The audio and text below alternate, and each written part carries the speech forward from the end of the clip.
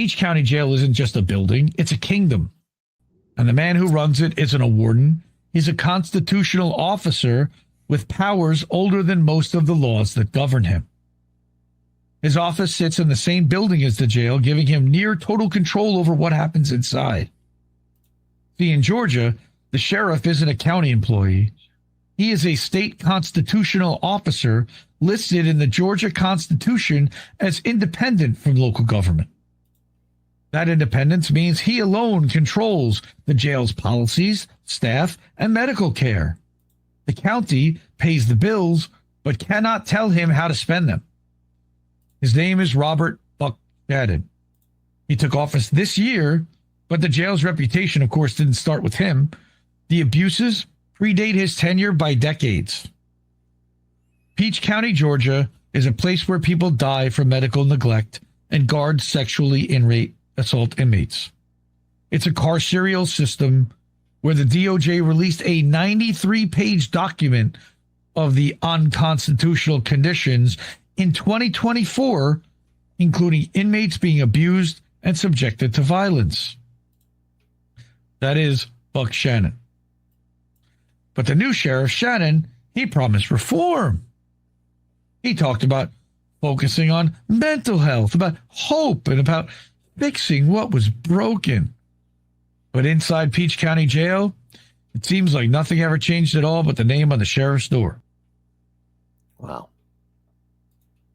All right, folks. I'm joined here today with good friend of the show, Indy from INN, Indy News Network. And that was just a video segment clip of them reading the article from Descent. Hold on, I want to say it correctly. Descent in Bloom. And this has to deal with a video of one of our own. So Legion, Harlan's media community. YouTube has been suppressing my videos. And so I'm going to ask you guys to definitely like and comment, but also check out Indy at INN and other independent media content creators that have been covering this story, because this is one of our own. This is one of our own people that's right now hurt, suffering, and we got to get them out. We got to get them out because, unfortunately, they are in some serious pain. Her name is Aspen. She's an activist, and right now, her freedom is at risk. Her freedom, and she faces potentially 33 years in prison. 33 years in prison. Indy, you and a lot of other dedicated, hardworking content creators, reporters, journalists have been rallying around to talk about this story. Please tell my people what's going on, because I want to help too. All right. Well, thank you for inviting me, for having me come on to talk about this story. Yeah, it's this is, like you said, a member of the family. So for those who don't know, Kit and Hardlens were instrumental in the fight to free Julian Assange. It developed. We didn't do too much. Everybody did a job. Everybody contributed. Everybody. And what happened was a worldwide community evolved and grew out of that, of people that were fighting for press freedom and fighting to get him out of Belmarsh prison. One of the staunchest advocates in the United States is a woman by the name of Halo Benson, who ran Oklahoma for Assange. And Halo and her daughter Aspen were incredibly active in creating postcard campaigns and in organizing people. They even had a showing of the Ithaca movie that the Shiptons had put on. And I know that I believe she even had a dinner at one point with Gabriel Shipton and with John.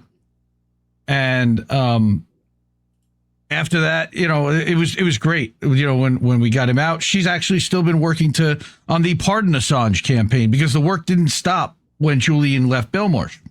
Right. And Halo and I have stayed in touch. And back in May, she reached out to me and said that she needed help and that something had gone horribly wrong. And what happened? So her daughter, Aspen, and I sat down and had a conversation with them, and I recorded that. We're actually going to air that Saturday night at 10 Eastern, 9 Central on INN. Of across all our channels. I would But like to they help. told me this. I would like to help in Sure. sharing that on our social media. I know it's your video, but please give me that link so that way people can know it and follow it and give the respect that it's due. Okay, I like to help out. Sure. Thank you. Once I make the stream. So Yeah. her daughter Aspen is autistic. They live in Oklahoma. They at one point had taken in a third person and treated him like family. His name, I don't know if I want to share his name, but they took in a friend of Aspen's. He then moved to Tennessee, came back to Oklahoma with his girlfriend over the summer, and Aspen had been missing her best friend and decided to go back to Tennessee and stay with them for a few weeks. She, after a couple of weeks, there were tensions between her friend and his girlfriend. And he said, look, can you do me a favor and go stay at my buddy's place for a couple of days? So that was kind of weird. So, but she did. And everything kind of worked out okay. They were all supposed to go to this festival in Florida together. And at the last minute, her friend and the girlfriend can't go. So he says, well, take my stuff and and you go with my friend to Florida in the RV. Go have a good time at the festival. And sell the crafts that we were going to sell at the festival. And they did that. They had a good time. On the way back from the festival, they got pulled over in Georgia on Highway 75 in this RV. And cop says he smelled weed. I don't know, but they empty out the RV. They search it and tear the thing apart and find a ton of drugs that did not belong to Aspen. Not only did they not belong to her, she didn't even know that they were in the RV at all, or that the guy that she was with was a drug trafficker, effectively. That this was his MO, that they would sell that her friends would sell crafts at a fair, and this guy would go around and sell drugs on the back end, quietly. And to be clear, because I want to be clear, I don't mean to cut you off here, but to be clear here, especially as we fast forward, I don't want to, because more people need to hear the story. But Aspen had no idea that this was happening, and when detained, said individual said that she was not part of this at all, and he said up for the judge and the cops. Is that correct? Correct. And we have it. So yes, pulled over on the side of the road, treated like crap by the cops, treated like a piece of crap because they found drugs in the car, and they automatically accused her and assumed that she was part of it, because the law in Georgia is that if you are in a vehicle, you are as guilty as the owner of the vehicle, even if you didn't do anything. Apparently, that's what happened. So so she told me about this back in May or June. I talked about her GoFundMe back in June. And I don't know, about a month ago or so, a couple people had reached out and were like, this is really starting to escalate. I was talking to my friend Descent in Bloom, who is an outstanding Substack writer. And she asked if, they would mind sitting down and having a conversation with her, and she would write an article about it and see what she could do to help get the awareness out. And boy, has it helped. Holy moly. It's been great. And shout out, big shout out and appreciation to Descent in Bloom for helping like that and being willing to write an article about this and raise awareness with her audience. She's got, I think, about 15,000 subscribers right now on Substack, but they're very engaged. And when the article went out, within about 2 hours, Aspen's GoFundMe had doubled, which was amazing. So what happened? She got arrested. She is neurodivergent and autistic. So and this is all documented, by the way, in this article that you had started to bring up there, Kit. Yeah. So first story is what happened to her in the Georgia prison. And the story that you played, the audio and the clip from, was about what happened to her in the Georgia prison, and the fact that it is a little fiefdom that has its own kind of laws, that is kind of above the law in a way. The other story, though, the one that we're fighting about, that we're fighting for, is that she now faces federal drug trafficking charges, not Georgia, but federal. And we're looking at decades in prison for this.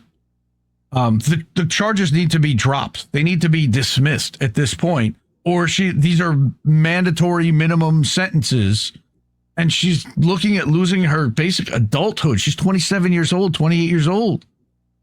33 years, that's taken her till she's 60 years old in prison for being arrested for drugs that were in an RV that she didn't know about or didn't carry. This is crazy. This is so wrong and unfair. So this is an article that, again, was published about a week ago, and it lays out the entire story from Aspen being lonely and depressed. Well, not depressed, but sad at home and missing her friends, to wanting to travel to Tennessee and stay there, and what happened when she got to Tennessee, the trip to Florida and the trip back where they got pulled over in Georgia, and then documenting and detailing the 15 days that she spent in a Georgia prison, a county facility. And there were a lot of problems within the Georgia facilities. And again, that is certainly a story that needs to be addressed, and people need to be held accountable, though it will be incredibly difficult to hold anyone accountable the way the law is structured in Georgia. They tried to get medical care to Aspen, and it was denied, or they told her mother that they got her a medication that they hadn't. They just lied to her mother. They were screaming at all the inmates, of course, and it's not really a place designed for an autistic person who needs to process things when they're told, and it breaks people. And she's also vegan or vegetarian, and they served her food with meat product in it, which made her very sick. They did not stock enough toilet paper and sanitary napkins for women, and she said people were just kind of nasty and stank around the prison. They segregated the inmates. All the women were segregated by color. All the black women were in one area, all the white women were in another color area, and all the mixed women were in another, where Halo's mixed. She said they did not let her outside the entire time she was in prison for 15 days. She didn't see outside. I didn't know that was even allowed. Okay. So that's just a little bit of what we learned and what's in this article. And again, I read that article in full, beginning to end, on How Do We Miss That?, adding commentary based upon what I also knew from having interviewed them and having that not aired yet. Okay. Now, obviously, I want to make sure that interview gets all the attention it needs. I read her GoFundMe, and, I sympathize with this person. I only can imagine the pain that the family is going through right now. Now, as it stands, she's out on bond, correct? Yes. Okay. Yeah. So Well, Halo. So she's with her family, or hold on. Go ahead. Correct me. Halo. She's with her mom in Oklahoma right now. But they're pending charges, I believe, back in Georgia. That Halo got in her car when she heard about this, drove from Oklahoma to Georgia, didn't have the money to stay in a hotel, and literally slept in her car for 2 weeks outside the county lockup, trying to get her daughter out.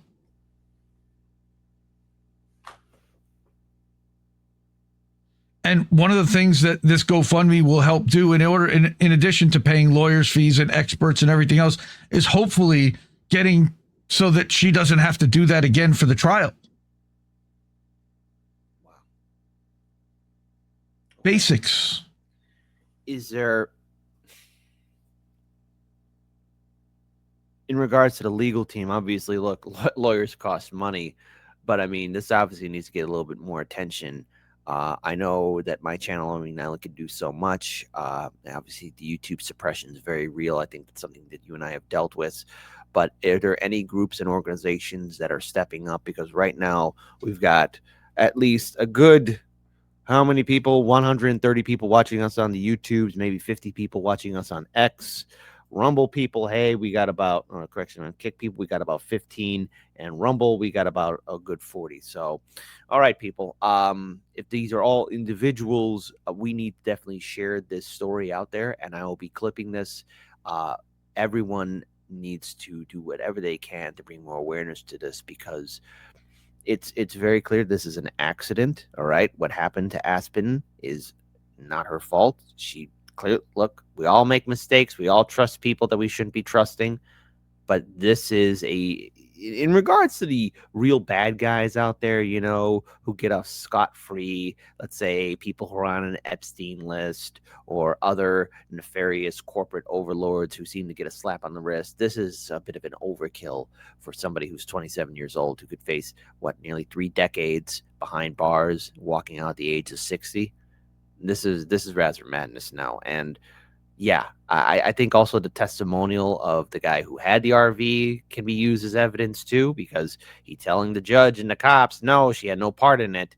And if the story is consistent, that is a pretty big deal. But I mean, if they're saying like what, guilt by association, she didn't know. That doesn't mean that she deserves to lose her entire life. No, we got to do something. So Indy, who else is helping here? Well, we have a big group of activists that, the Julian Assange activist community has rallied around, and we're working on it.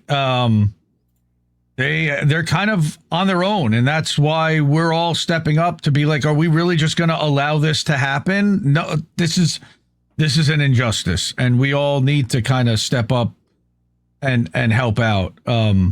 I think that people have reached out to the ACLU.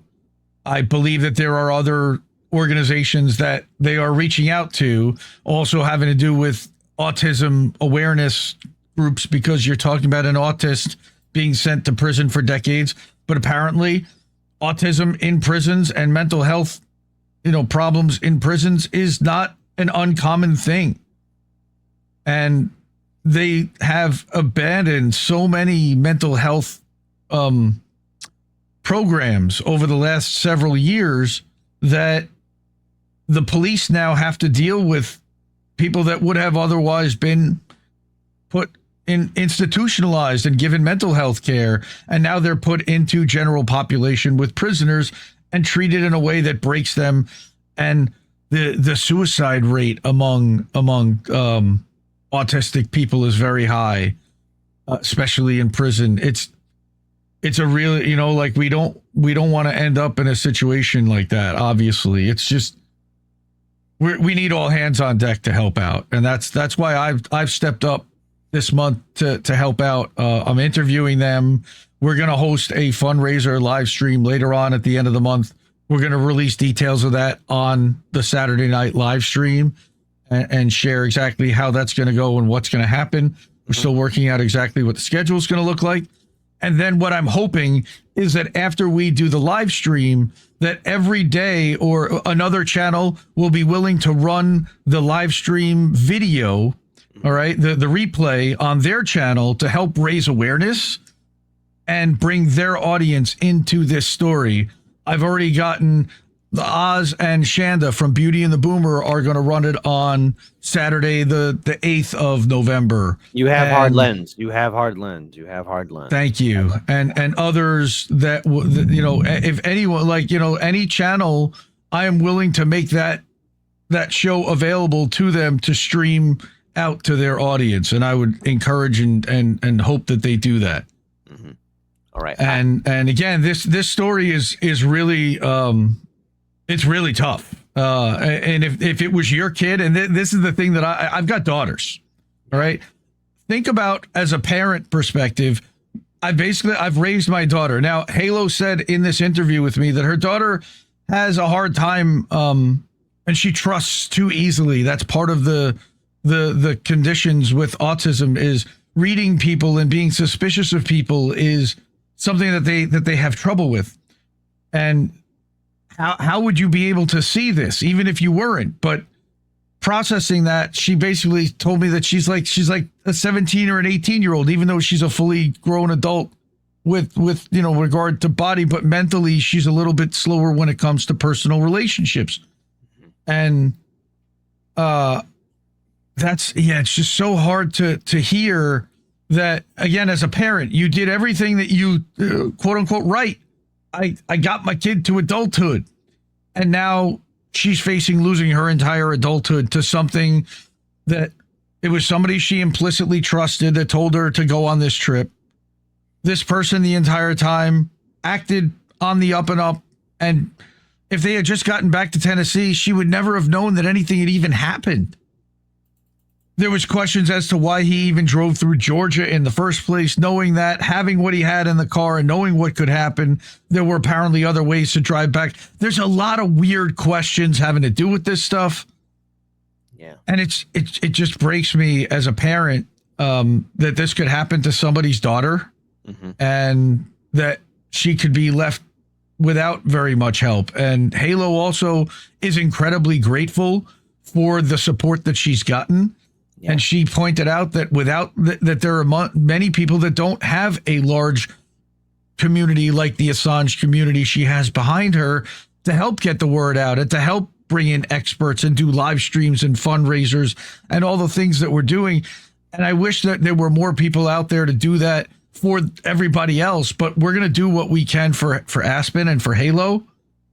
And we're going to try to keep her out of prison. I mean, again, we're looking at decades, and it's really scary. All right. And let me ask this. Go ahead. Since this is a person who has the Assange community, has there been any outreach to any of the higher echelon people who were leading the Freedom for Assange, for Julian Assange? I mean, clearly, look, that was a large community, a lot of big time reporters and journalists and commentators. Hell, even Stella Assange. I mean, somebody needs to really address this and, put this to attention. And also, in regards to the legal team, has there been any communication with them to Aspen's family about getting her out? And has there been any talk to any kind of local political leaders, or either that federal leaders, House representatives, for example, to assist in this ordeal? Has there been any kind of groundwork for that? That you'd have to ask them. I have not been in touch with the legal team. I haven't really asked about the legal case yet. It's still, I believe, pretty early. I don't even know when the next hearing or trial is at this point. I guess I can ask that. I'm in a group with them, and the people that are rallying and putting together this live stream. We've put together a DM thread to communicate and connect and stay together and support each other. And I can certainly ask that question. As far as, I'm sorry, what was the other question? I guess reaching out to political leaders. I know right now the legal team. Oh, the Assange movement. Yeah, Assange political. Movement, yeah. And I mean, come on, people. Legion up. Everybody raise the banners. Is one of our own. A couple of the people, I know that Elizabeth from Consortium News shared it yesterday. I saw that Stefania Marizzi shared it yesterday. I reached out to a couple of people that I know in that community that are now starting to figure out, learn about this and share it. I just literally sent Juan Passarelli the link to Dissent in Bloom's article. Juan famously was like with Julian when they were together at Cannes at the film festival, and Juan was the filmmaker that was involved in that independent documentary about Julian. And I don't know, like we have not really heard about Paula Iacella from Assange Boston has been incredible. And she raises a lot of awareness. Misty is going to be a participant and has offered all the help that a lot of people have already stepped up to help. It's just, we need more. We need everybody. Legion up then that's what we're going to do. That's what we're doing. I first of all want to say to the family of Aspen, in case they're watching, do not fall into despair. Now you need courage and solidarity, and you're not alone. And I am going to make sure I do everything in my power to make sure that, we can contribute, share the story. Obviously, I know you're going to be interviewing them, and we will be more than happy to play that live stream when it's all said and done on Hardlands Media so that more people can see the story, hear about it. We can't let this thing die down, and we cannot ignore it.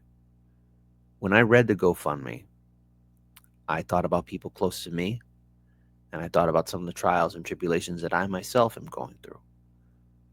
You're not alone. You have a community of people who believe in you and believe in Aspen's freedom. And we're going to get her out. What requires right now for everyone is to follow the lead. And I want to give a shout out to INN that's been leading this. Indy, you and your team have been leading this. I've been following and reading the messages as much as I can.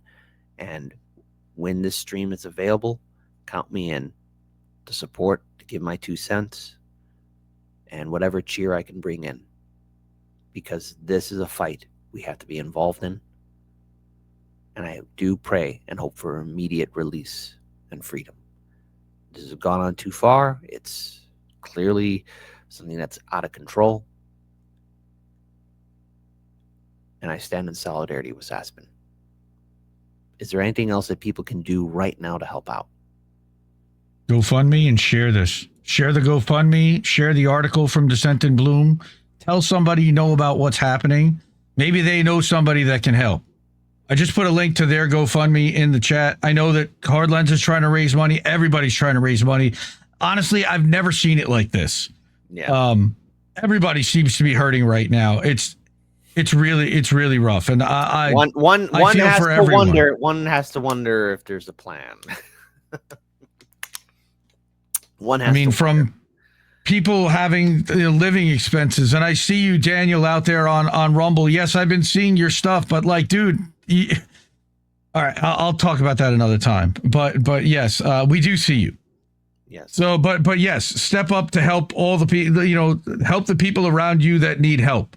And unfortunately, there are a ton of people around me that need help, and a lot of my time and every show, every Sunday night on How Do We Miss That, I have a segment that I dedicate to sharing the GoFundMes and the fundraisers for people that are suffering from cancer, like our friend Shanda, that are that need money for living expenses while they're locked up in an ICE facility, like Anthony Malecki, Cowboy Kitty's family, Natalia. Yes. Okay.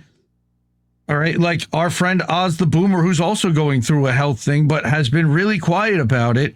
But and of course, Aspen. So every week I'm constantly trying to share and raise awareness for a lot of people. That's, I think, one of the things that we can do in independent media with our platforms is to share the stories of the people in our audience that support us so they can get some help that they need. And that, Shanda sent a great message, a really nice message from our one-on-one from Saturday that her GoFundMe got her enough that she was able to afford to get a laptop because the pain is getting so rough that she can't even go to her desktop. She needs to be able to stream from bed. So she needs a laptop for that. I know. I want to read something here. It's in regards towards Aspen's story, where this leaves us now, because I think it's important that we do at least address this segment. And Indy, you have my permission to clip this. Use this however which way you want. I don't care. Clip it. Use it. Anybody, clip it, use this. Where this leaves us now. When a system is built to shield itself from accountability, stories like Aspen stop being accidents, they become policy. Georgia's jails operate like kingdoms, each sheriff ruling their own fiefdom under the protection of sovereign immunity. When someone dies, when someone is starved or denied care, the county shrugs and the state hides behind its own laws, and the cycle repeats. Aspen survived, barely, and that was only 15 days. She came home with her body thinner, her face smaller, and her future put on hold. The degree she wanted to earn in criminal psychology, of all things, feels almost like a cruel irony now. She wanted to understand how people become trapped in a system. Instead, the system came for her. Halo, her mother, is still fighting, not just for her daughter's case, but for the idea what happened in Peach County shouldn't happen to anyone, not to another autistic woman, not to another person with a disability, not to another soul whose humanity gets lost in bureaucracy. Georgia won't reform itself. It never does. Change will only come when people stop pretending these stories are isolated, when the names stop being forgotten, when we treat survival as the beginning of justice, not the end of it. Aspen's story isn't over, it's a warning. Georgia needs change, and it needs it yesterday. Disabilities like autism deserve to be understood by a legal system that doesn't weaponize ignorance or hide behind immunity. When asked if she had a message for the world, Aspen responded, "It could happen to anyone," which is true. She didn't do anything wrong and could face up to 33 years in prison for something she didn't do. There has to be accountability. There has to be care. It shouldn't take an effing lawyer to get medical treatment, and no one should have to die to prove the system is broken. In the coming days, an interview of Aspen and her mother with Indy from Indie News Network will be streamed live here on my Substack. I highly encourage you to listen to their story. All right. So, Legion, boot up and suit up.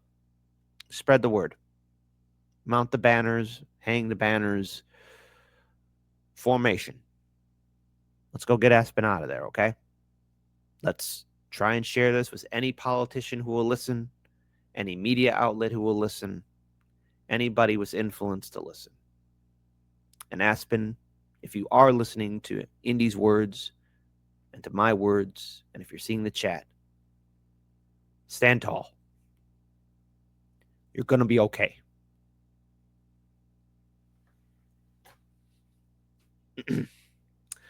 Any other words, Indy? Oh man, free Aspen. Again, hashtag justice for Aspen. So if you use that hashtag on Twitter and across social media, that will help, because people will be able to click on it and see all of the tweets and posts that use that hashtag. Sharing the GoFundMe is really important.